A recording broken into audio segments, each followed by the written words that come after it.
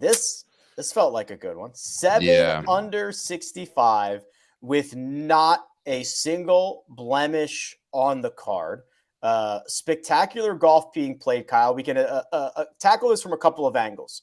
Let's start with his recent form, which was pretty much all over the place, right? He had the coulda, woulda, shoulda at the Tournament of Champions.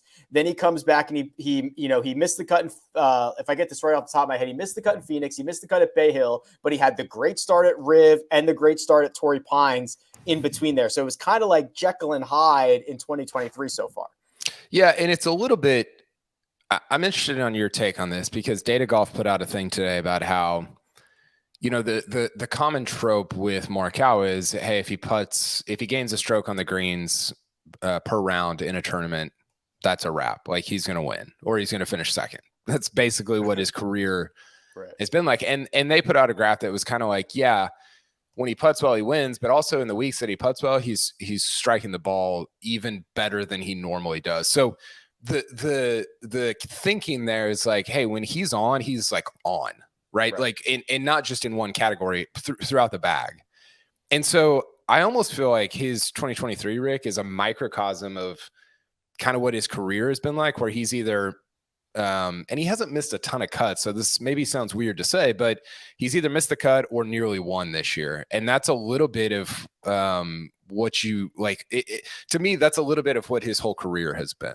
So what's interesting is I pretty much agree with you. So remember when he first came out and he rattled off 18 or 19 cuts in a row, and it was like he was going for the Tiger record, right? And he was this really consistent golfer. Since then, he has gotten a lot more volatile in nature, right? We knew his missed cut rate was going to go up, but you're right. You either get kind of ceiling or floor Collin Morikawa, which I would argue if you're a top 10 player in the world, and I think it's great.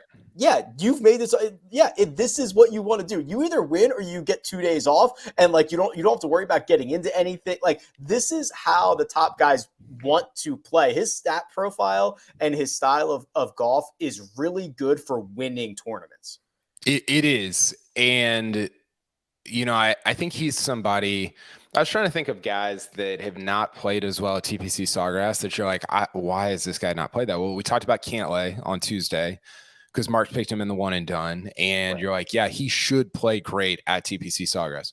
I think Morikawa is another guy. He's very, for the most part, controlled off the tee. I think he manages things very well. The thing about him at TPC Sawgrass is if the wind gets up, we've talked about that. He can get maybe a little squirrely at times, but man, he's just, and he talked about this. He's like, if you're in the fairway, you're going to have a bunch of scoring opportunities. And he was in the fairway a bunch and he had a bunch of scoring opportunities. So it doesn't make sense that he hasn't played well at this golf course. It does make sense that he would go out and shoot 65 in round one. Speaking of being in the fairway, the first of two interesting TaylorMade equipment nuggets for this Thursday at the Players Championship. Collin Morikawa went back to his 4-year-old TaylorMade Sim driver in round one. I don't know if it's just a comfort level thing with the older equipment, if it is just trying to find a little bit of that.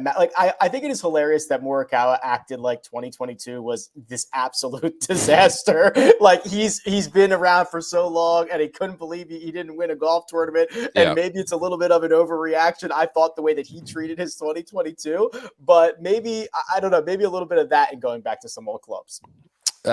He got asked about this after his round actually. And somebody said you change drivers the way most people change putters or something. And he's like, not really. Like I don't really change my equipment that much. So I don't know. He gets asked weird questions. He gets asked weird questions, and he always gives like just slightly less weird answers. So it makes the question asker look weird, but his answers are also weird. So it's like he's just the less weird guy in the interaction. Well, I think there's a way to sort of protect the question asker, and he doesn't do it, which is fine. That's his prerogative. I'm not being critical of that, but yeah, I forgot what we were even. Oh, the driver. Yeah, I don't know what the deal was there. There's the TaylorMade drive. I don't know if it was a great day for TaylorMade's driving category.